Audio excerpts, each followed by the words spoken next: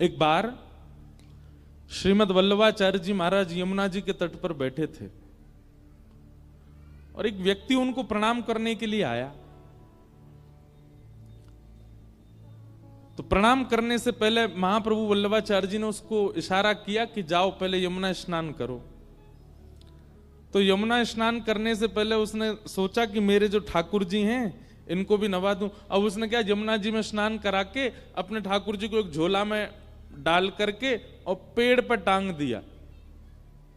महाप्रभु जी ने दूर से जैसे ही देखा पेड़ पर टांग दिया, ये देख करके उनको बिल्कुल अच्छा नहीं लगा। बोले इसका बेटा होता ये उनको उसको भी ऐसे टांग देता, इसकी पत्नी होती उसको भी ऐसे टांग देता। नहीं, उनके लिए बढ़िया व्यवस्था करता, बेटा को बैठा देता कहीं छाव में, आदि आदि कुछ करता। पर ठाकुर जी को झोला में लटका के पेड़ पर टांग दिया। अब वो यमुना स्नान करके जैसे ही महाप्रभु जी को प्रणाम करने आया तो महाप्रभु जी बोले तुम्हारे ठाकुर जी कहाँ हैं? बोले पेड़ पर टंगे हैं। बोले लेके आओ। तो महाप्रभु जी ने ऐसा किया कि उस पेड़ पे असंख्य झोलियां प्रकट हो गई और असंख्य झोलियों में असंख्य ठाकुर जी। अब जैसे ही वो गया तो एक जैसी झोली और एक जैसी झोलियों में अनेक अनेक ठाकुर जी। महाप्रभु जी बोले तुम्हारे ठाकुर जी कौन से, ढूंढो इनमें से। कितने साल से सेवा कर रहे हो? बोले 15-20 वर्ष हो गए। ढूंढो तुम्हारे ठाकुर जी कौन से हैं। वो अपने ठाकुर जी नहीं ढूंढ पाया। तब महाप्रभु जी ने क्रोधित होकर के कहा, बोले किस भाव से सेवा करते हो तुम? 15-20 वर्ष में तुम ये नहीं पहचान पाए तुम्हारे ठाकुर जी कौन से हैं?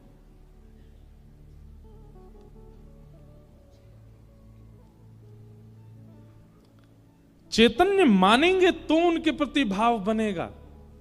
जड़ मानेंगे तो फिर ठाकुर जी भी जड़ ही बन जाते हैं। वो उनको भी आपसे कोई अभिप्राय नहीं होता। हमारे वृंदावन के एक ठाकुर हुए श्री मदन मोहन जी। कौन? जोर से बोलो कौन? मदन मोहन। वृंदावन रसामृत पद सुना आप लोगों ने? उस वृंदावन रसामृत पद में दूसरे ठाकुर हैं श्री मदन मोहन। बिहरत निस दिन कुंज गलिन में ब्रज जन मन सुख धाम, मदन मोहन को रूप निरख सनातन बलि बलि जाए। गाएंगे, कथा के विश्राम में गाएंगे, आप लोग याद कर लेना।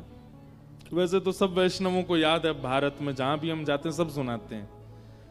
तो हमारे वृंदावन के 7 ठाकुरों में दूसरे ठाकुर हुए श्री मदन मोहन जी। बहुत ध्यान पूर्वक सुनिएगा।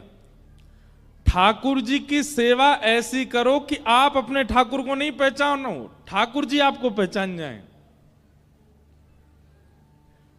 आप अपने ठाकुर को कभी नहीं पहचान सकते, ठाकुर ही आपको पहचानते हैं। और वो तभी पहचानेंगे जब आप उनके प्रति चैतन्य भाव रखोगे। उनको धातु का नहीं मानो, उनको मार्बल का नहीं मानो, उनको किसी अन्य धातु का मत समझिए कभी भी। तो श्री मदन मोहन जी की ऐसी कथा आती है कि मदन मोहन जी जयपुर में विराजते थे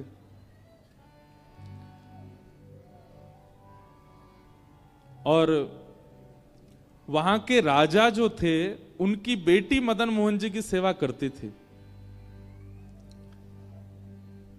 तो पुत्री का जब विवाह निश्चित हुआ, बहुत ध्यानपूर्वक सुनिएगा, पुत्री का जब विवाह निश्चित हुआ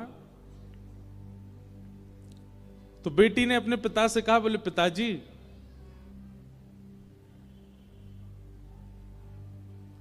आप कुछ मत दीजिए लेकिन मेरे विवाह में मदन मोहन जी को मुझे दे दीजिए, मैं अपने संग ले जाऊं इनको। तो पिता थोड़े से व्याकुल हो गए, बोले बिटिया तू कुछ भी मांग ले, मदन मोहन जी को मत लेके जा। बेटी ने कहा, बोले कि और कुछ नहीं चाहिए, केवल मदन मोहन जी चाहिए, मैंने इनकी बड़ी सेवा की बचपन से, आप केवल इनको मुझे दे दीजिए।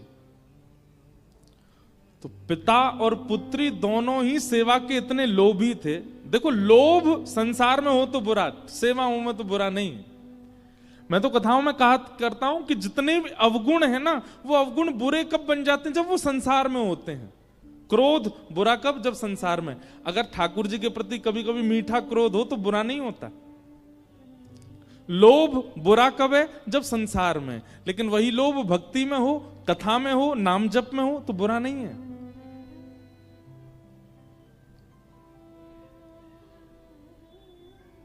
जितने भी दोष हैं वो संसार के प्रति जब होते हैं तभी बुरे हो जाते हैं, तभी पाप के भागी बनाते हैं, पर भक्ति में हो तो वही भगवत प्राप्ति करा देते हैं। तो जयपुर के राजा वो अपनी बेटी से कहने लगे, तू जो मांगेगी सो दूंगा, मदन मोहन जी को मत मांग। तो पुत्री ने कहा, पिताजी आपके घर में पहले से ही गोविंद देव जी की सेवा है, मदन मोहन जी की सेवा है, एक ठाकुर की आप कर ही रहे हैं, एक मुझे दे दीजिए। पिता बोले, नहीं नहीं नहीं, तू जो मांगेगी दूंगा, लेकिन मदन मोहन जी नहीं दूंगा। बेटी भी बोली, मैं भी केवल मदन मोहन जी को ही चाहती हूं और कुछ नहीं चाहती।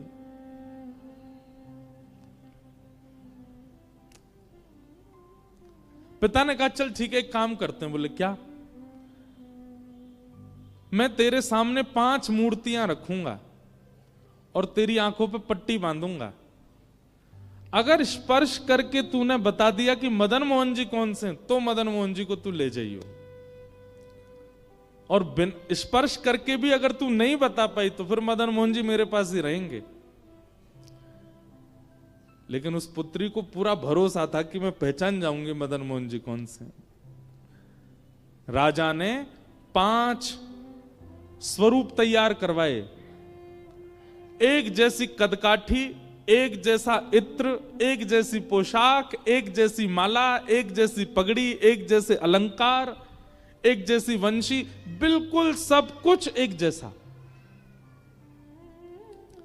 कोई व्यक्ति पहचान ही नहीं पाएगा कि इनमें मदन मोहन जी कौन से हैं, 5 एक जैसे।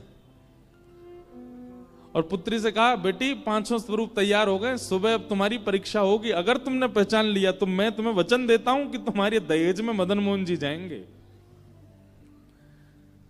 रात भर पुत्री बेचारी बड़ी परेशान, बोले कि कहीं मैं हार ना जाऊं, कहीं मैं चूक ना जाऊं, कहीं ऐसा ना हो कि मदन मोहन जी रह जाएं। रात भर प्रार्थना करती रही तो मदन मोहन जी उसके स्वप्न में आ गए, और स्वप्न में आकर के बोले, काय को चिंता कर रही है? बोले, मैं ये चिंता कर रही हूं कि ये 5 पिताजी ने एक जैसे बनवाए, मैं कैसे पहचानूंगी आप कौन से हो?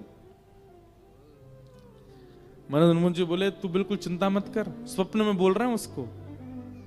मदन मोहन जी बोले, तू जब 5 का स्वरूप देख रही हो, सब लोग इधर देखो, और विशेष रूप से आगे वालों से हमारी बहुत विनती है, बहुत सावधानी से सुनो, पीछे वाले बिल्कुल सावधानी से बैठे, आगे वाले भी बैठो। तो मदन मोहन जी स्वप्न में बोले, एक काम कर। बोले, क्या?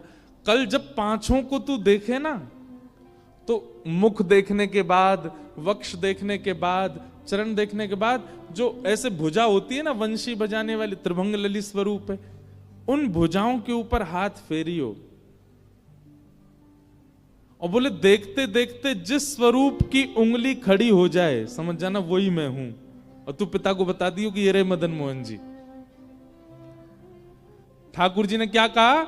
जिस स्वरूप की उंगली ऐसे खड़ी हो जाए तेरे स्पर्श से, तू बस पकड़ करके बोल दो, पिताजी यही मदन मोहन, वो मैं ही हूंगा। अब देखो इस कथा में क्या है कि भक्त ठाकुर जी को नहीं पहचान रहा है, ठाकुर जी भक्त को पहचानेंगे, ठाकुर जी भक्त के पास रहना चाहते हैं। सोचो, विचार करो कि उस राजा की पुत्री की भक्ति कैसे होगी कि ठाकुर जी अपने जड़ स्वरूप में उंगली खड़ी कर देंगे। इसका मतलब क्या है? ठाकुर जी जड़ हैं नहीं, ठाकुर जी चेतन नहीं है। ये तो हमारी भक्ति की न्यूनता, हमारी भक्ति स्वभाव की सूक्ष्मता है कि हमको उनमें जड़ का अनुभव होता है, हमको उनमें जड़त्व का अनुभव होता है।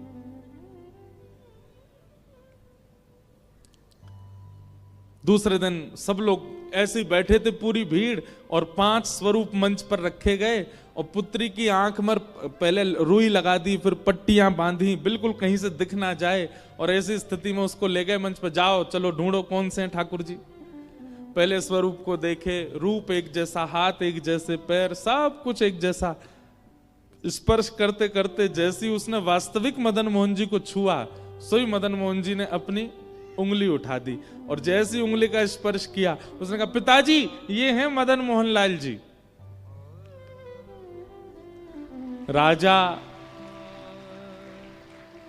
राजा ने मदन मोहन जी को प्रणाम नहीं किया, अपनी पुत्री को प्रणाम किया। बोले बेटी तूने नहीं पहचाना है, उन्होंने पहचाना है तुझे। तेरा स्पर्श होते ही मैंने देख लिया था कि उन्होंने अपनी उंगली हिलाई थी, अपनी उंगली खड़ी की थी। इसका मतलब तू नहीं ले जाना चाहती है उनको, वो जाना चाहते हैं तेरे साथ में। तू ले जाना चाहती तो मैं नहीं देता, लेकिन वो जाना चाहते हैं इसलिए मैं नहीं रोकूंगा। और अपनी पुत्री का विवाह करके एक पालकी में पुत्री बैठ करके गई और दूसरे रथ में महाराज दहेज में ठाकुर जी मदन मोहन जी कहां गए? करौली, राजस्थान। राजस्थान में करौली, जहां आज भी मदन मोहन जी विराजते। ठाकुर जी दहेज में आए। ऐसी भक्ति कब प्रकट होती है? जब ठाकुर जी के प्रति चैतन्य भाव हो। अभी मैं कुछ दिन पहले एक न्यूज देख रहा था, एक माता जी कह रही थी कुंभ में मेरे ठाकुर जी खो गए। मैंने कहा भैया बेटा खो जाते, भैया खो जाते, माता पिता खो जाते, ठाकुर जी खो गए कुंभ में? ठाकुर जी खो गए, उनके सेवा के ठाकुर जी। अब वो कह रही थी न्यूज चैनलों पे सब जगह मेरे ठाकुर जी कहीं मिल जाएं तो बताना। हम उन मां के प्रति संवेदना व्यक्त करते हैं, लेकिन एक बात हम यह भी स्पष्ट करते हैं कि यदि सेवक ने भाव से सेवा की होगी, सेवक ने बहुत प्रेम दुलार लाड़ किया होगा, तो ठाकुर जी स्वयं आ जाएंगे। ठाकुर जी जा नहीं सकते। हमारी बात को आप कहीं लिख लीजिएगा, ठाकुर जी जड़ इसलिए हैं, मुझे और आपको चुनौती दे रहे हैं ठाकुर जी। बोले तेरी भक्ति में सामर्थ्य हो, तुझ में सामर्थ्य हो, तो तू मुझे चैतन्य बना के दिखा। मैं कथा में कहा करता हूं, एक खेल खेलते थे हम बचपन में। सब लोग इधर देखो, एक खेल खेलते थे, पता नहीं आपके झारखंड में खेलते हैं कि नहीं बच्चे। आजकल तो फोन आ गए ना, तो बच्चों ने फिजिकल गेम्स खेलना बंद कर दिया। लेकिन बचपन में हम एक गेम खेलते थे, बर्फ पानी। खेला है? उसी का एक दूसरा रूप होता है विष अमृत। बहुत बढ़िया बढ़िया खेल हैं ये। उसमें क्या होता था कि एक व्यक्ति जो है वो सबको छूता है और दौड़ करके जिसको छू लेता है वो फिर बर्फ बन जाता है। अब बाकी के लोग जो हैं वो उसके चारों तरफ घूमते रहते हैं, वो उसको पानी बनाने का प्रयास कर, वो जाके जैसे उसको खींचते हैं तो वो पानी बन जाता है। अब देखो, जिस समय वो व्यक्ति बर्फ पानी जब बच्चे खेलते हैं तो उसमें जब बर्फ बनता है, क्या वो सच में बर्फ है? क्या वो सच में एक स्थूल व्यक्ति है? नहीं, वो चैतन्य है, लेकिन एक खेल के रूप में वो अपने आप को स्टैच्यू मान लेता है, अपने आप को बर्फ मान, फिर जिस आकृति में होता है वैसे ही रह जाता है। एक और खेल खेलते थे उसमें ऐसा बोलना, मतलब 10 तक गिनती गिनो, पीछे सारे बच्चे जो हैं वो ऊट पटांग हरकत करते रहेंगे और 10 बोलते ही जितने भी बच्चे उन सबको एक स्टैचू बनना पड़ता है। कोई बच्चा ऐसे हो जाता है, कोई ऐसे हो जाता है, कोई कुछ कुछ, फिर वो आकर के सबके पास आके सबको हंसाने का प्रयास करता है ना। पता नहीं आप लोगों ने खेला है कि नहीं, हमने खूब खेले, ये सब खेले हैं। तो फिर वो उसको नियम होता है, तुम छुओगे नहीं किसी को, लेकिन बातें बोल के उसके पास उसको, अगर तुमने उसको हंसा दिया, अगर उसके हाथ पांव सीधे कर दिए तो तुम्हारी जीत हो जाती है। ठीक वैसे ही ठाकुर जी ऐसे खड़े और हम आप सब लोगों को अधिकार मिला है कि हमें ठाकुर जी को हंसाना है, हमें ठाकुर जी को बिठाना है, हमें ठाकुर जी को सुलाना है, हमें ठाकुर जी को गोद में लेना है। और उस खेल में विजय प्राप्त करने के लिए ही ये भागवत की कथा सुनाई जा रही है कि ठाकुर जी को कैसे हंसाओगे, कैसे बिठाओगे, कैसे नचाओगे, कैसे गोद में लोगे, वो सारी क्रियाएं बताई जाती हैं कथा में। ये खेल है। उसी खेल की पूर्णता बताई जा रही है यहां पर।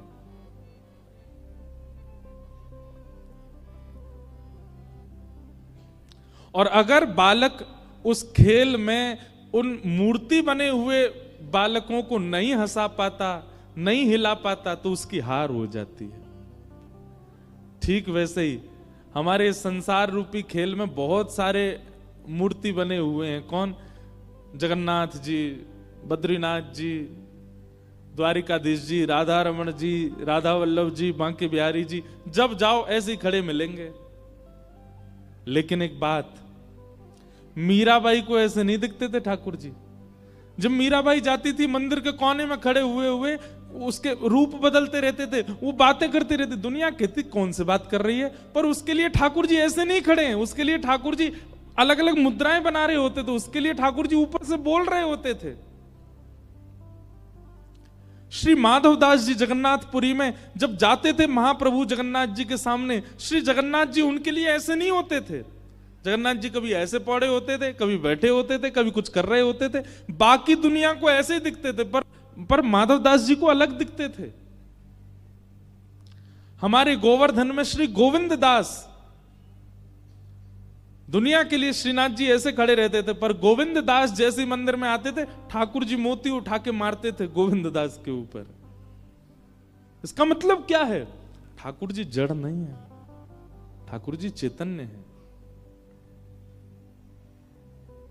एक भाव में कथा में गाया करता हूं, कन्हैया कन्हैया पुकारा करेंगे। इस भाव में ठाकुर जी चैतन्य कैसे बनेंगे, ये बात बताई गई है। लताओं में ब्रज की गुजारा करेंगे, कन्हैया कन्हैया पुकारा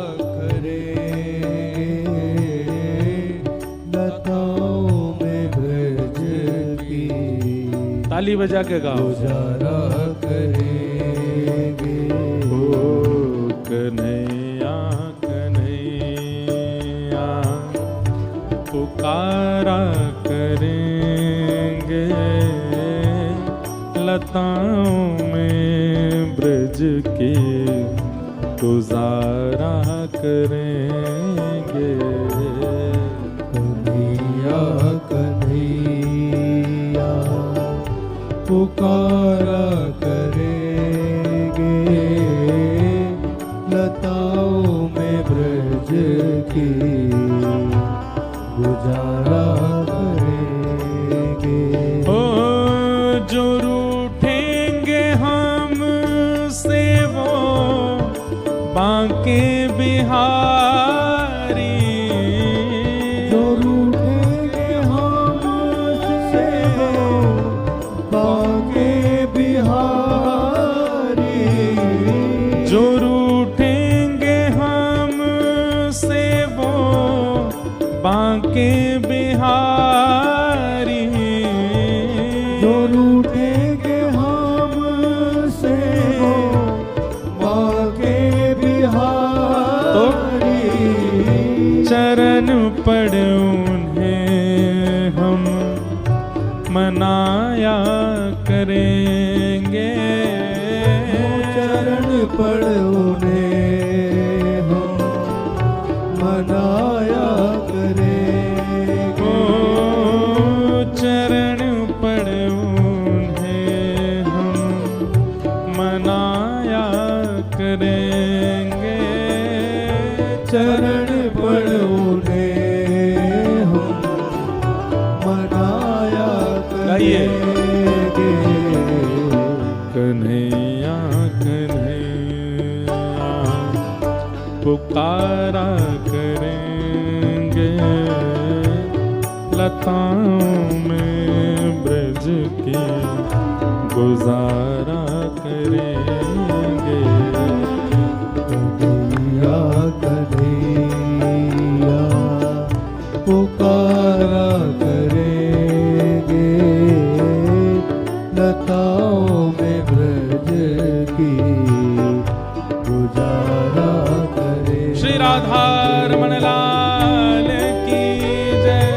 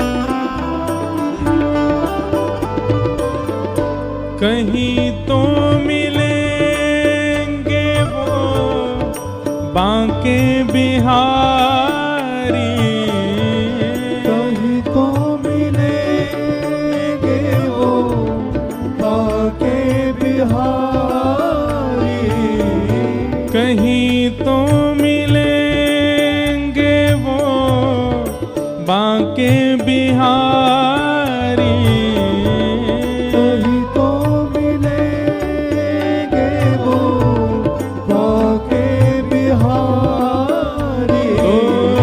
चरण पड़ोगे हम मनाया करेंगे, चरण पड़ोगे हम मनाया करेंगे। हाँ, चरण पड़ोगे हम मनाया करेंगे, चरण पड़ोगे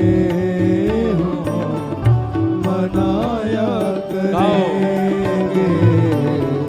कन्हैया कन्हैया पुकारा करेंगे, लताओं में ब्रज की गुजारा करेंगे।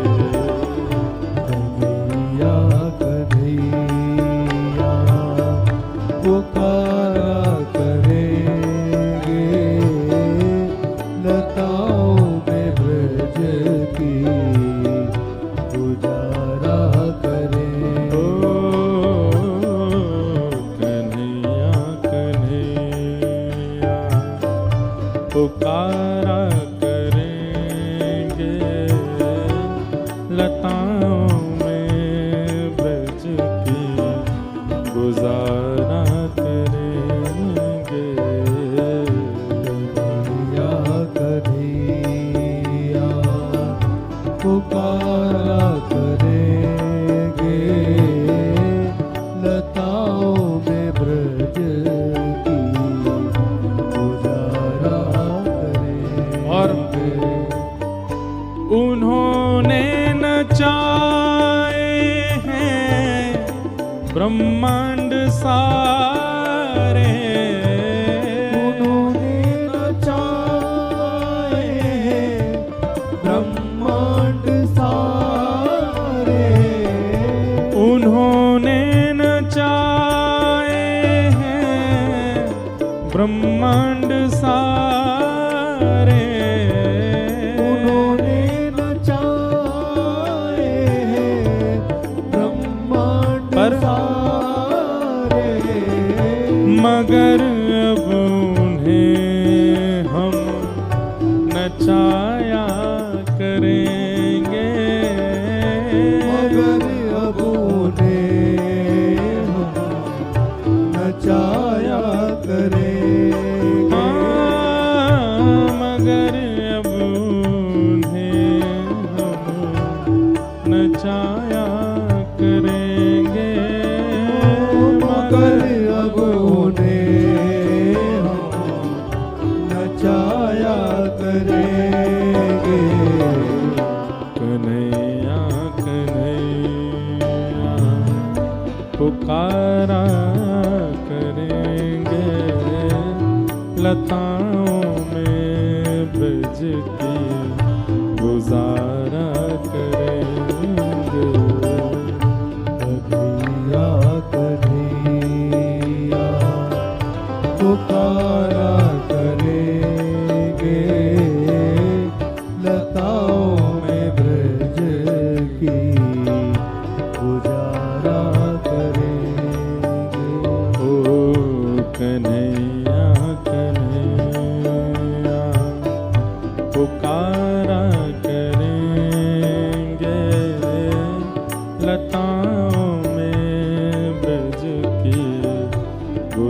पुकारा करेंगे, कन्हैया कन्हैया पुकारा करेंगे, लताओं में ब्रज की गुजारा करेंगे। गोविंद बोलो हरि गोपाल बोलो, गोविंद बोलो हरि गोपाल बोलो, गोविंद बोलो हरि गोपाल बोलो, गोविंद बोलो हरि गोपाल बोलो। श्री राधा रमण हरि गोविंद बोलो, राधा रमण हरि गोविंद बोलो, श्री राधा रमण हरि गोविंद बोलो, राधा रमण हरि गोविंद बोलो, श्री राधा रमण हरि गोविंद बोलो,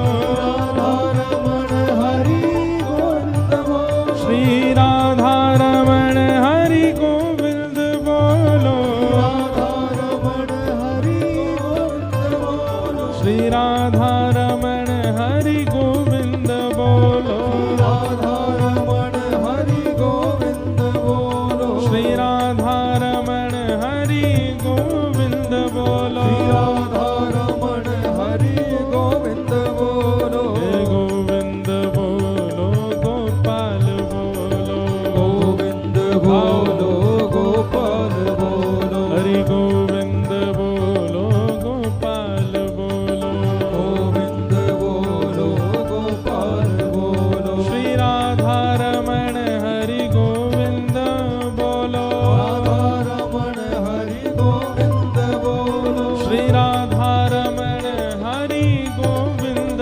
बोलो, राधा रमण हरि गोविंद बोलो, श्री राधा रमण हरि गोविंद बोलो, राधा रमण हरि गोविंद बोलो, श्री राधा रमण हरि गोविंद बोलो, राधा रमण हरि गोविंद बोलो,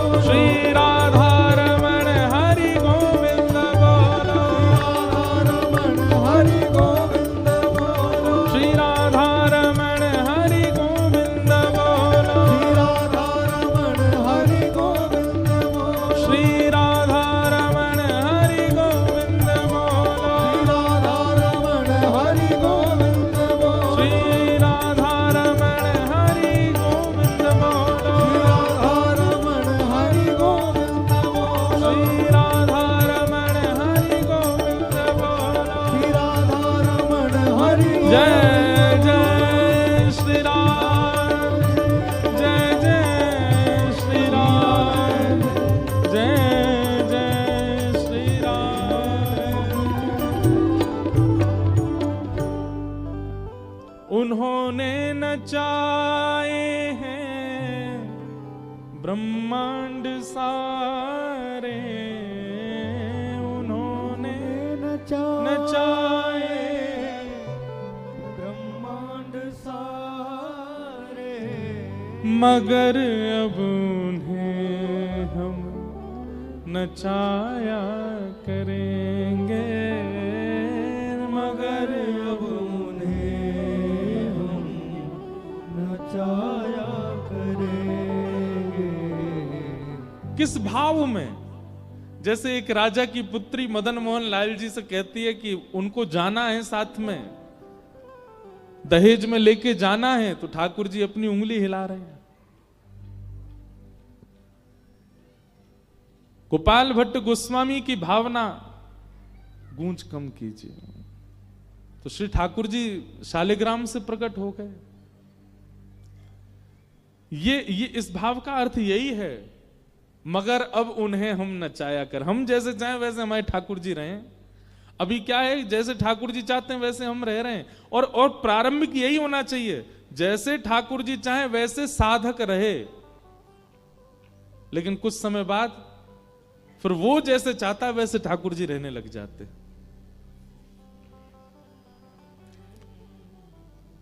राम कथा में एक प्रसंग आता है केवट का, और केवट प्रसंग में एक भाव आता है कि जब केवट राम जी को नाव में बैठा लेता है तो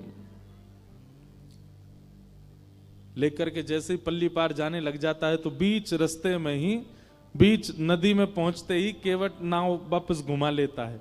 लक्ष्मण जी कहते हैं, ए भाई क्या कर रहे हो, वापस क्यों लेके जा रहे हो? केवट कहता है, बोले चालक कौन है, मैं कि आप? बोले तुम हो। तो बोले तो फिर मेरे पे विश्वास रखो ना, मैं जैसे चला रहा हूं मुझे पता है ना नदी का क्या कैसे वेग है, कब कहां कैसे लेके जाना है, इसलिए मुझे मत सिखाइए। वापस लेके जाने लगा, फिर घुमा करके फिर छोड़ पहुंचाने लगा, फिर जैसे ही छोड़ आने वाला होता था तुरंत घुमा लेता था। सीता जी भी थोड़ी सी परेशान तो हो गई, लक्ष्मण जी तो नाराज ही हो गए, लेकिन 2-4 बार में जैसे ही बार बार घुमा लाता, नहीं छोड़ता पल्ली पार, तो अब की बार राम जी बोले, ए भाई ये क्या कर रहे हो तुम, इतनी देर हो गई, तुम क्यों बीच में हमको घुमा रहे हो, छोड़ दो ना पल्ली पार। केवट कहता, बस 3-4 बार में थक गए आप, और आप जो हमको 84 लाख बार नचाते रहते हो सब जगह, उसका क्या? कभी हमको कुछ बनाते हो, कभी कुछ बनाते हो, कभी बस इतने में ही हो गया, 4 बार में ही पसीना आ गया आपको। कभी मछली बनाते हो, कभी कुकर बनाते हो, कभी सूकर बनाते हो, कभी बिल्ली बना देते हो, कभी छिपकली बनाते हो, ना जाने कैसी कैसी योनियों में हमको नचाते रहते हो। हमने 4 बार बीच भंवर में क्या घुमा दिया, पसीना छूट गए आपके। उन्होंने नचाए हैं ब्रह्मांड सारे, मगर अब उन्हें हम नचाया करेंगे, कन्हैया कन्हैया पुकारा करेंगे, लताओं में ब्रज की गुजारा। एक बार 6-7 साल पहले हमारी कथा हुई नेपाल में, काठमांडू में। तो वहां पे एक भक्त हमको मिले, तो कुशा होती है ना, कुशा का एक ऐसा छोटा सा एक बना हुआ था पात्र, और ऊपर से भी कुशा के पात्र से ही वो ढका हुआ था। तो वो लाए, बोले महाराज जी मेरे गोपाल जी के दर्शन करो। तो मैंने वो हटाया, तो उसके भीतर छोटे से गोपाल जी, और उनके अंदर मैंने एक अद्भुतता देखी, छोटे से लड्डू गोपाल, और उनके पाम में एक धागा बंधा था, और उस धागे से गैया बंध रही थी छोटी सी। मैंने की भैया भगत जी इधर आओ, बनी ये क्या है? तुमने एक तो कुशा के सूखी घास के पात्र में तुमने ठाकुर जी धर रखे हैं, ऊपर से मैं तुमने पाम से गैया क्यों बांध रखी है?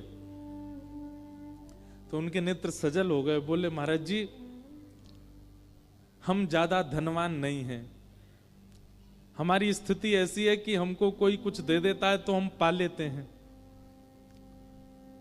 हमारे मन में ऐसा भाव आया कि हमारी स्थिति तो ऐसी कि 4-4 दिन तक भी कई बार भूखा रहना पड़ता है, पर ठाकुर जी से हमारा बहुत प्रेम है, ठाकुर जी की हम बहुत सेवा करते हैं, पर इनको राग भोग श्रृंगार 3 चीजें प्रिय, हम इनका भोग नहीं लगा पाते।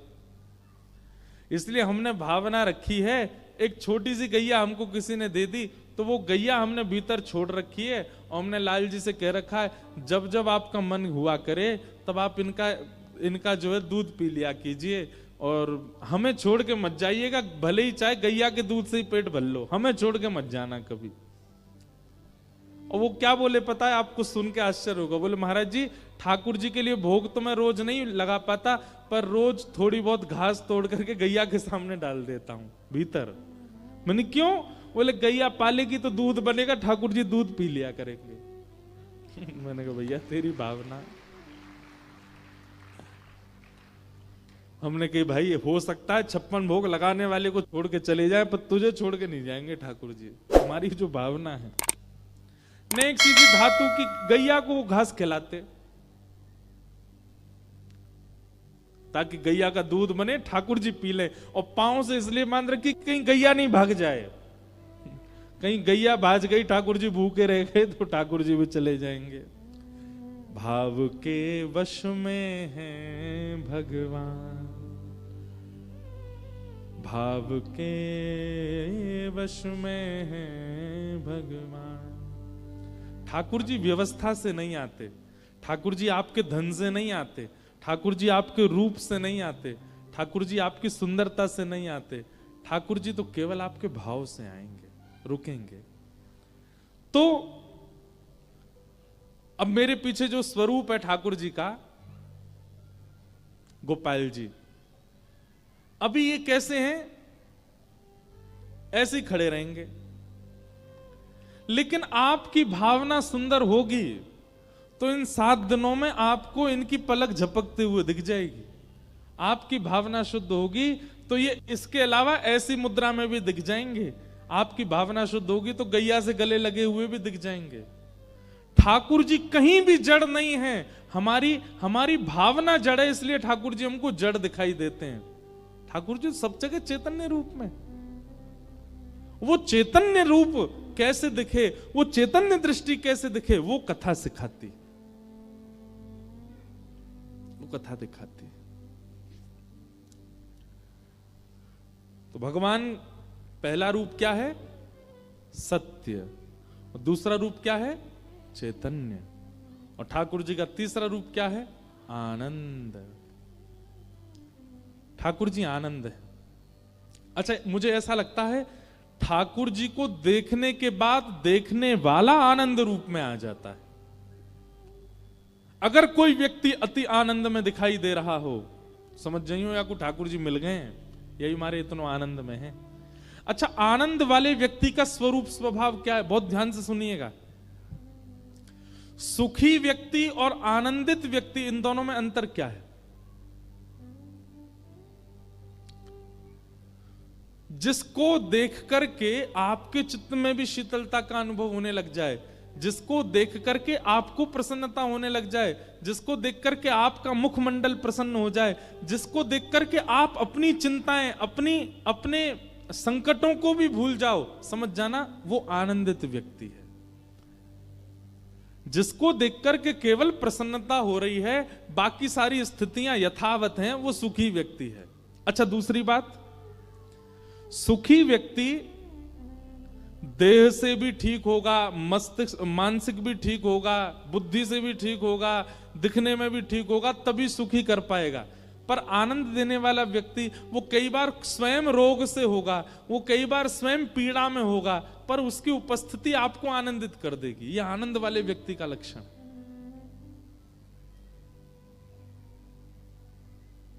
हमारे वृंदावन के पूज्य श्री प्रेमानंद जी महाराज, वो स्वयं देह से कई बार उतने उचित नहीं है, उतनी अच्छी अवस्था में नहीं है, पर उनको देख के लाखों आनंदित हो जाते हैं, करोड़ों आनंदित हो जाते हैं।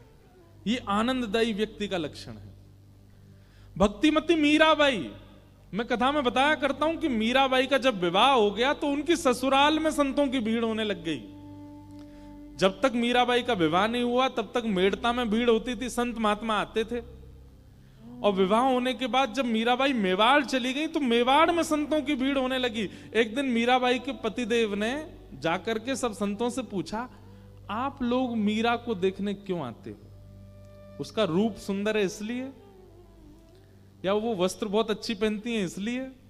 तो सब संतों ने क्या उत्तर दिया? सब संत कहते हैं, बोले देखिए आपकी तो वो गृहिणी हैं इसलिए आप शायद उस रूप को ना देख पाओ, पर मीराबाई की सुंदरता या वस्त्र आभूषण देखने नहीं आते हम।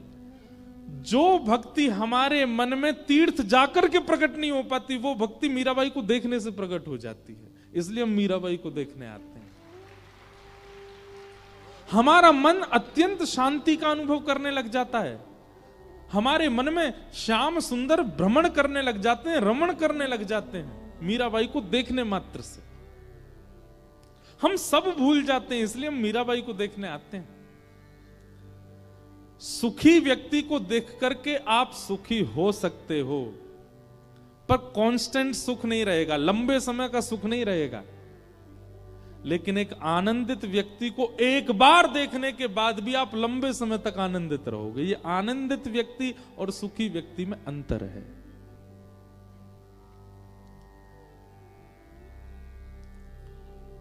दूसरी बात, सुखी और आनंदित व्यक्ति में और अंतर क्या है? अभी ठाकुर जी की बात नहीं हो रही, केवल भक्तों की बात हो रही है। सुखी व्यक्ति के आप जितने समीप जाते जाओगे उतने उसके दुर्गुण दिखते चले जाएंगे, पर आनंदित व्यक्ति के आप जितने समीप जाते जाओगे उतने खो जाओगे, उतने और ज्यादा डूबते चले जाओगे। ये सुखी और आनंदित व्यक्ति का लक्षण। तीसरी बात, सुखी व्यक्ति संसार की व्यवस्थाओं में घिरा हुआ होगा और संसार से ही आपको सुखी कर रहा होगा। जैसे कि कोई एक्टर, जैसे कि कोई गायक, जैसे कि कोई इन्फ्लुएंसर, वो जब तक संसारी साधन उसके पास नहीं होगा वो आपको सुखी नहीं कर पाएगा। एक्टर के पास मेकअप नहीं हो, बिना मेकअप के मंच पे आ जाए सब भाग जाएंगे, कोई नहीं देखेगा उसको। ऐसे ही कोई इन्फ्लुएंसर, उसके पास में अगर संसारी कैमरा नहीं है, वो नहीं है, जो भी होते हैं उनके पास में वो सब नहीं है, तो वो आपको सुखी नहीं कर पाएगा। पर आनंदित व्यक्ति पेड़ की छांव के नीचे बैठेगा, आपको भी बैठा लेगा, आपको वहीं आनंदित कर देगा। उसको संसारी व्यवस्थाओं की आवश्यकता नहीं। सुखी और आनंद। और भैया अंतिम बात, सुखी व्यक्ति जो घोर संसारी है और आनंदित व्यक्ति जो घोर राधा रमण जी का है, वही है आनंद। जो घोर राधा रमण जी का, घोर राधा रमण जी का मतलब चलत कृष्ण, सोवत कृष्ण, उठत कृष्ण, इत कृष्ण, उत कृष्ण, आगे कृष्ण, पाछे कृष्ण, कृष्ण कृष्ण कृष्ण, सब जगह कृष्ण।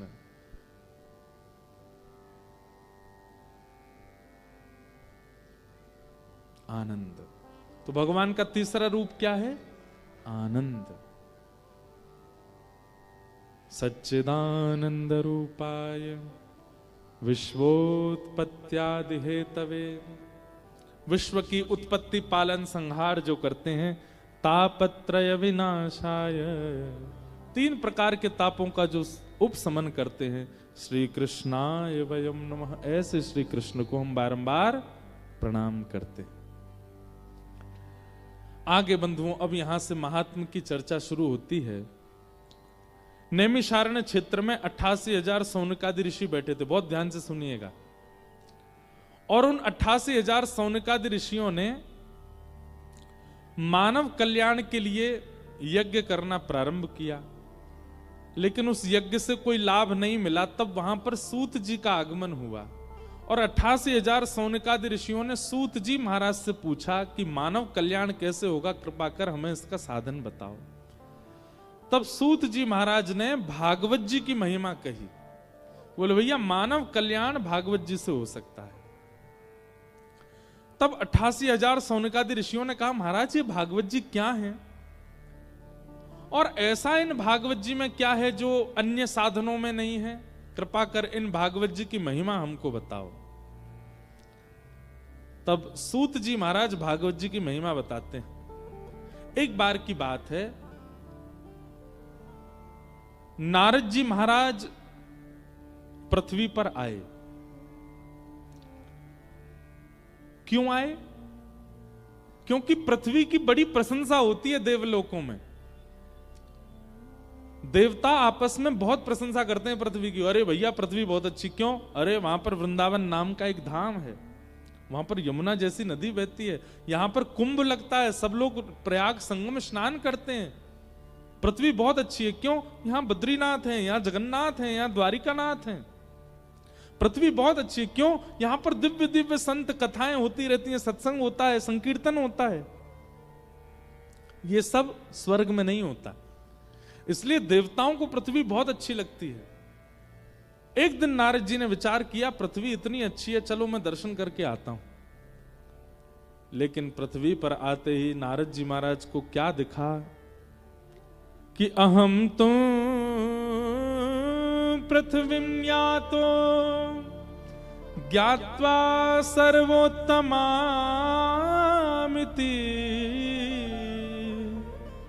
पुष्करं च प्रयागं च काशीं गोदावरी तथा, हरिक्षेत्रे कुरुक्षेत्रे श्रीरंगं सेतुबन्धनम्, एवमादिषु तीर्थेषु ब्रह्माण्डतस्ततः।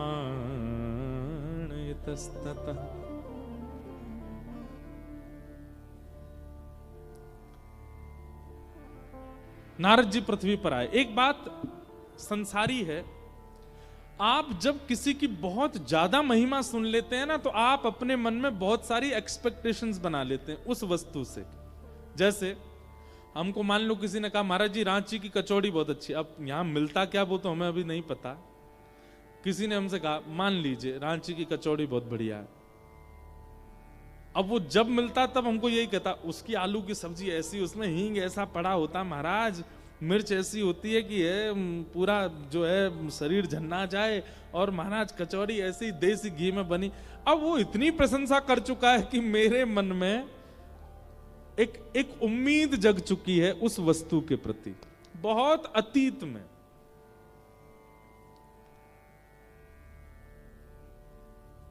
अब जैसे ही मैं उस वस्तु का सेवन करने जाऊंगा ना, ये स्वाभाविक बात है कि वो मेरी उम्मीद से थोड़ी कम स्वादिष्ट ही होगी, ये स्वाभाविक बात है। अब यहां पर भी देखिए संसार और आध्यात्म, इनमें अंतर। संसारी वस्तु की आप जितनी ज्यादा ख्याति सुनोगे, जब उसको भोगने जाओगे तो वो ख्याति से थोड़ी कम ही स्वादिष्ट दिखेगी। और आध्यात्मिक वस्तु का आप जितना ज्यादा श्रवण करोगे, जब उसका अनुभव करने जाओगे, तो जितना आपने उम्मीद नहीं रखी थी उससे कई गुना ज्यादा स्वादिष्ट लगेगा आध्यात्म। यह भी अंतर है संसार में और आध्यात्म में।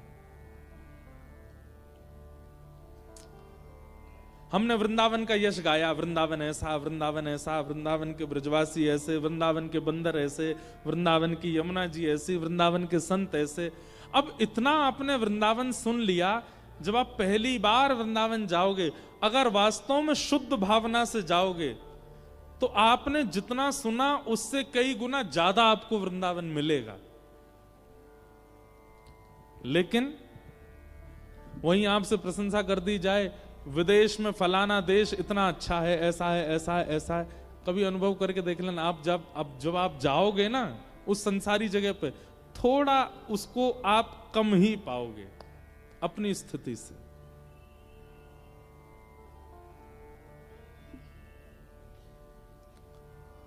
संसारी वस्तु और आध्यात्मिक वस्तु में यही अंतर है। अब नारद जी आए थे संसार देखने, यहां आकर के देखा कि महाराज यहां तो सब कुछ बिल्कुल जैसा सुना वैसा कुछ भी है ही नहीं। कि सत्यम नास्ति तपः शौचम दया दानम न विद्यते, पाखंड निरता संतो विरक्ता सपरिग्रह। इसीलिए कहते हैं ज्यादा किसी से उम्मीद मत रखिए।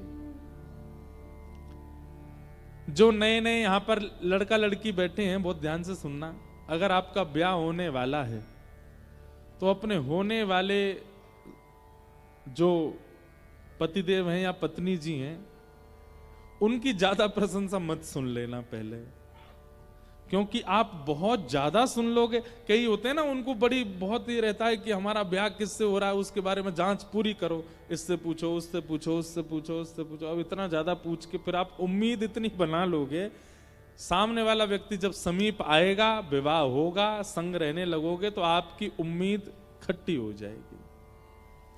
इसलिए संसार के संबंधों में उम्मीद कम ही रखिए, थोड़ा कम ही उसके बारे में सुनिए, उससे संबंध अच्छा रहेगा। तो नारद जी महाराज आए तो आकर के देखा महाराज पृथ्वी पर तो सब कुछ विपरीत है। भागवत जी में बहुत सुंदर वर्णन, सत्यम नास्ति, यहां के लोग सत्य नहीं बोलते। हमारी माने तो आप 1 महीना पहले दिन से लेकर के और 30 तारीख तक अपने आप से अनुभव कीजिए कि आप कितनी बार सत्य बोलते हैं। अच्छा, सत्य का मत कीजिए, एक काम कीजिए, काउंटर ले लीजिए, एक मशीन आती है, मशीन रखिए, और वो मशीन अपने पास रख के आप जब जब असत्य बोलते हैं तब तब उसका बटन दबाइए, पूरी सावधानी से, नाटक नहीं करना है, जिम्मेवारी से। और 30 तारीख को उस मशीन को देखिएगा आप, तब तक देखना नहीं है आंकड़ा कितना पहुंचा। आप स्वाभाविक महीने में जितना झूठ बोलते हैं स्वाभाविक से 50% कम बोलेंगे, क्योंकि एक मशीन है ना आपके पास। आप जब भी झूठ बोलने जा रहे होगे आपको संकेत होगा मुझे मशीन में काउंट करना पड़ेगा, तो झूठ नहीं बोलोगे। लेकिन उसके बाद भी आप आंकड़े देख करके हैरान हो जाओगे कि मैंने एक महीने में इतना झूठ बोला है। हमारा स्वभाव बन चुका है असत्य। एक दिन भी बिना असत्य बोले हमारा नहीं निकलता, चाहे मजाक में ही सही हम बोलते हैं। सत्यम नास्ति। फिर आगे लिखा है तपह नास्ति। भजन नहीं करते हम लोग, खाना पूर्ति करते हैं। तपह नास्ति। शौचम नास्ति। शौच कहते हैं पवित्रता को, पवित्रता भी नहीं है हमारे मन में। हम केवल तन साफ बनाते हैं पर अंदर पूरी गंदगी भरी पड़ी है। कहने का अभिप्राय बाहर से गाड़ी धो दी पर अंदर उसमें सब मट्टी भी भरी पड़ी है, खाने पीने की सामग्रियां भी पड़ी हैं, दुर्गंध भी आ रही है। बाहर से साफ होने से क्या फायदा? ये तो केवल बाह्य आकर्षण के लिए था, अंदर तो कुछ भी नहीं है। लेकिन कई बार बाहर से गाड़ी साफ ना हो लेकिन अंदर से स्वच्छ हो तो बैठ करके यात्रा की जा सकती है। ठीक वैसे ही ठाकुर जी के लिए हम सब लोग गाड़ी हैं। हमने बाहर से अपने आप को बहुत सुंदर बना रखा पर अंदर सीट टूटी पड़ी है, स्टीयरिंग निकली पड़ी है, गियर निकले पड़े हैं, कुछ भी बढ़िया नहीं है। ठाकुर जी कहते हूं भाई कैसे बैठूं या कि चित्त में सबरो तो उधरो पड़ो भीतर थे। ब्रजभाषा समझ रहे हैं ना? उधरो मतलब समझे? उधरो ब्रजभाषा में जैसे, अब उधरा कैसे समझाएं? जैसे ये हमारी बगलबंदी है, यहां से इसके धागा वागा निकल जाएं तो ये उधर जाएगी, इसको बोलते उधरा, उधरा हुआ। अब ये सामने मैट मैट बिछे सब उठ पटांग हो जाएं, खुल जाएं। कई हमारे मित्र जन है वो उधरे ही रहते हैं, तो ये उधरा, उसको कहते हैं उधरा पड़ा रहना। एक बात याद रखिएगा, जिस व्यक्ति का स्वभाव, जिस व्यक्ति का जीवन ऐसे उधरा सा रहता है ना, ठाकुर जी नहीं आते उसके पास। ठाकुर जी को तो सुधरो चाहिए, उधरो नहीं।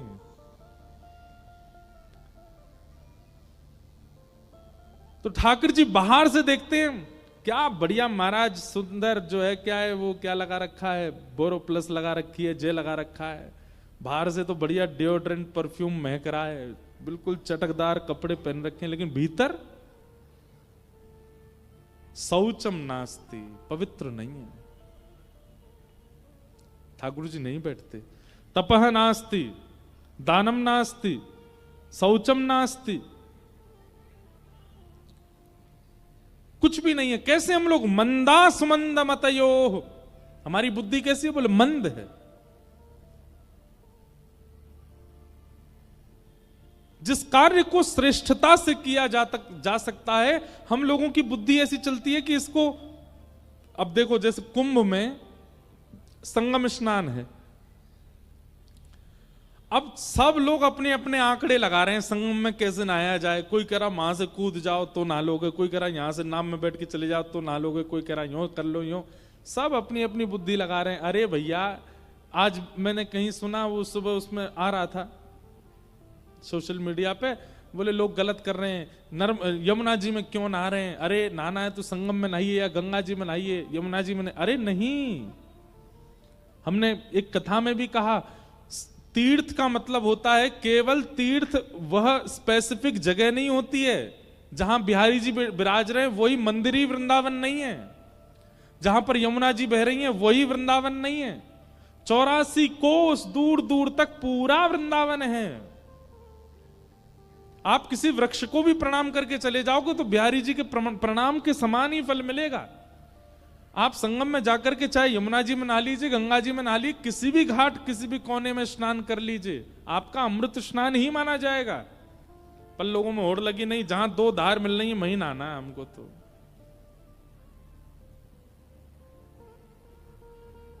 मति विकसित कीजिए थोड़ी, और मति विकसित होती है सत्संग से।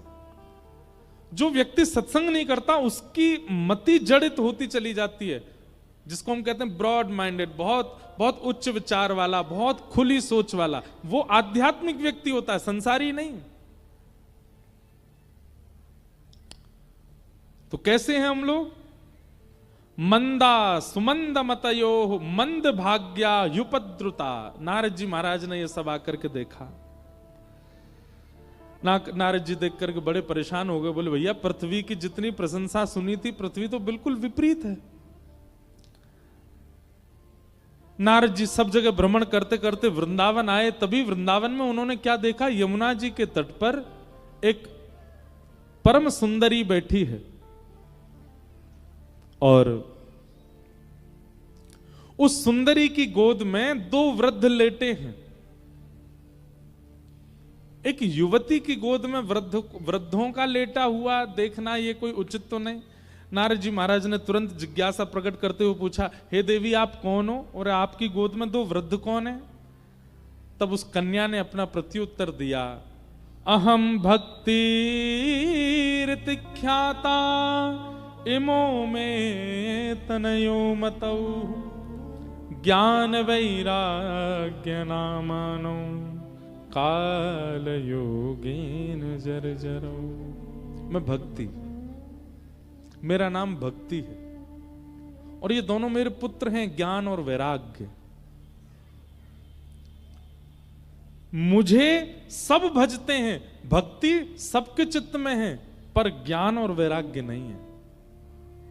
इसी कारण मैं तो युवा हूं क्योंकि मुझे सब चाहते हैं, पर मेरे वृद्ध बालक हो चुके हैं क्योंकि इनको कोई नहीं चाहता। मैं अपनी कथाओं में कहा करता हूं बंधुओं, भक्ति पथ पर चलने के बाद भी, भक्ति मार्ग पर आ जाने के बाद भी हम निराश क्यों हैं, हम हताश क्यों हैं, हम उदास क्यों हैं? क्योंकि भक्ति के पुत्र ज्ञान और वैराग्य हमारे पास नहीं है। केवल भक्ति है, ज्ञान नहीं है। एक भक्त था, गोपाल जी की सेवा करता था।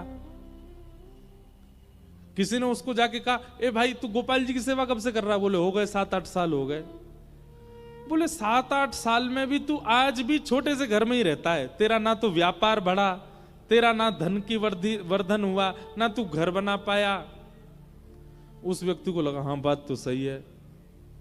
बोले तू देवता बदल दे, ये गोपाल जी तो छोटे से घर में ही राजी रहेंगे, तू एक काम कर महादेव की उपासना कर। देखा महादेव की उपासना करने वाले को सोने की नगरी लंका मिल गई। उसके मन में तुरंत अविश्वास आ, ये अज्ञान है। अज्ञान आपके अंदर है, ये आपको कैसे पता चले?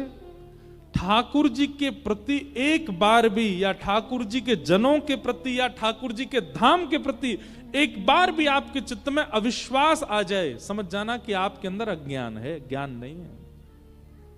लेकिन कोई कुछ भी कह जाए, कोई कितना भी बोल जाए, धाम के प्रति, नाम के प्रति, ठाकुर जी के प्रति, लीला के प्रति और ठाकुर जी के जनों के प्रति आपके चित्त में कभी अविश्वास ना आवे, समझ जाना भक्ति के साथ ज्ञान है।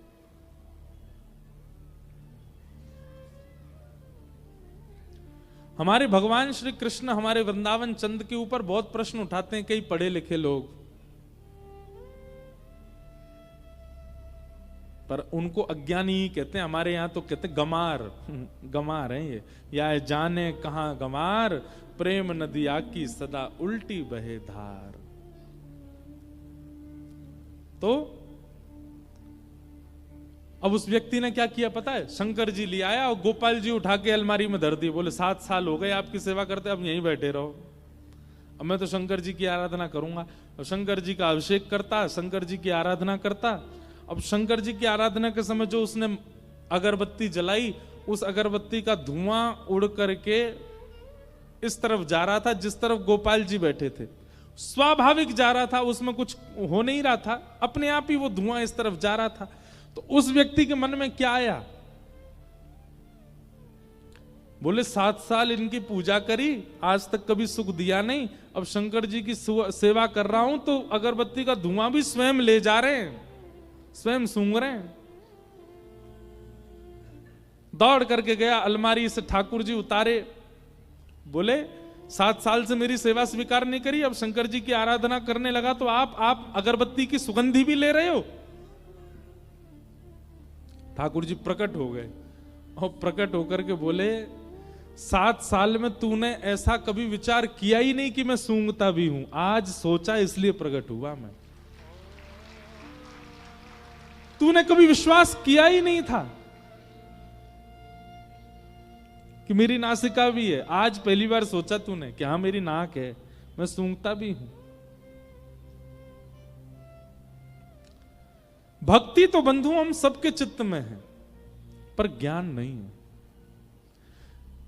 और क्षमा कीजिएगा, ज्ञान का मतलब बहुत जानकारियां होना नहीं होता। विवेकशील बुद्धि, कहां कब क्या करना है, कैसे करना है, और सबसे बड़ी बात भक्ति में अविश्वास का ना होना, यही ज्ञान है।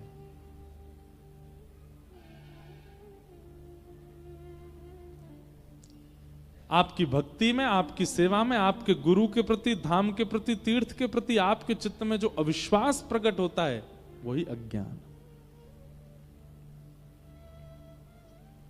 मीराबाई कभी यूनिवर्सिटी नहीं गई, किसी विद्यालय में नहीं गई पढ़ने, पर मीराबाई अपने जीवन काल के विश्राम दिवस तक ठाकुर जी के प्रति अनन्य भाव से रहती थी, श्रद्धा रखती थी, पूर्ण समर्पण रखती थी, अविश्वास नहीं था, इसलिए महाज्ञानी है मीरा।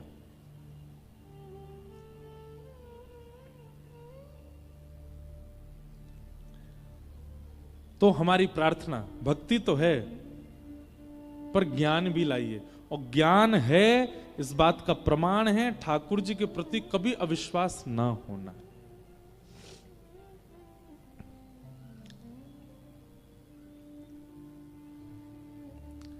तो भक्ति के 2 पुत्र हैं, ज्ञान और वैराग्य। दूसरे पुत्र का नाम क्या है? वैराग्य। वैराग्य का मतलब क्या है? अपनी इच्छाओं का त्याग करना ही वैराग्य कहलाता है। साधक व्यक्ति, भक्त व्यक्ति अगर अपने वस्त्रों को साधारण नहीं बना पा रहा, अपनी रहनी को साधारण नहीं बना पा रहा, अपने खान पान को साधारण नहीं बना पा रहा है, तो भक्त नहीं है। ये बात आप थोड़ी मान लीजिएगा हमारी। आप भक्ति मार्ग में जब आएंगे तो आप कई अपनी इच्छाओं का त्याग कर दोगे। आपको बड़ी गाड़ी में बैठाया गया कि छोटी गाड़ी में बैठाया जाए, इससे कोई फर्क नहीं पड़ेगा आपको। आपको पहनने के लिए 30,000 के कपड़े मिले कि 300 के कपड़े मिले, इससे फर्क नहीं पड़ेगा। आपको पाने के लिए 56 भोग मिले कि केवल सूखी दाल, सूखी रोटी मिली, इससे फर्क नहीं पड़ेगा। आपके लिए तन ढकना आवश्यक होगा, ब्रांड हो यह जरूरी नहीं होगा। आपके लिए सफर करना आवश्यक होगा, गाड़ी बड़ी हो यह जरूरी नहीं होगा। आपके लिए पेट भरना आवश्यक होगा, उसमें 56 भोग हो यह आवश्यक नहीं होगा। इन आवश्यकताओं के त्याग, इन विशिष्ट आवश्यकताओं के त्याग को ही वैराग्य कहते हैं। सब छोड़ करके बाबा जी बन जाना वो वैराग्य नहीं है।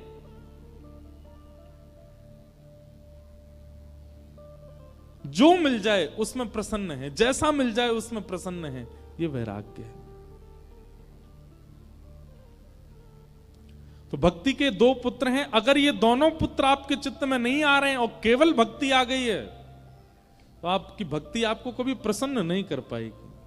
उस भक्ति से आप कभी आनंदित नहीं हो पाओगे, उस भक्ति से आप कभी ठाकुर जी का अनुभव नहीं कर पाओगे।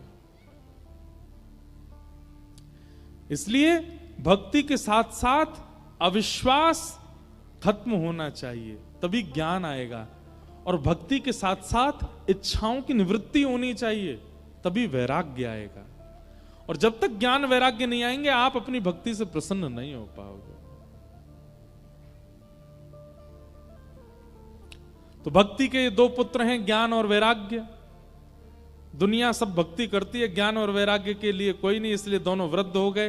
तब भक्ति महारानी ने नारद जी से कहा, मेरे पुत्रों को युवान करने का कोई साधन बताओ, ज्ञान और वैराग्य दोनों युवा कैसे होंगे।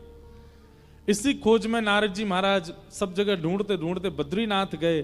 तब बद्रीनाथ में भगवान के प्रथम अवतार सनक सनंदन सनातन सनत कुमारों से उन्होंने कहा कि महाराज भक्ति के पुत्र ज्ञान वैराग्य कैसे युवा होंगे बताइए। तब सनत कुमारों ने कहा, सत्कर्म सूचको नूनम ज्ञान यज्ञ स्मृतो बुधई श्रीमद् भागवतालाप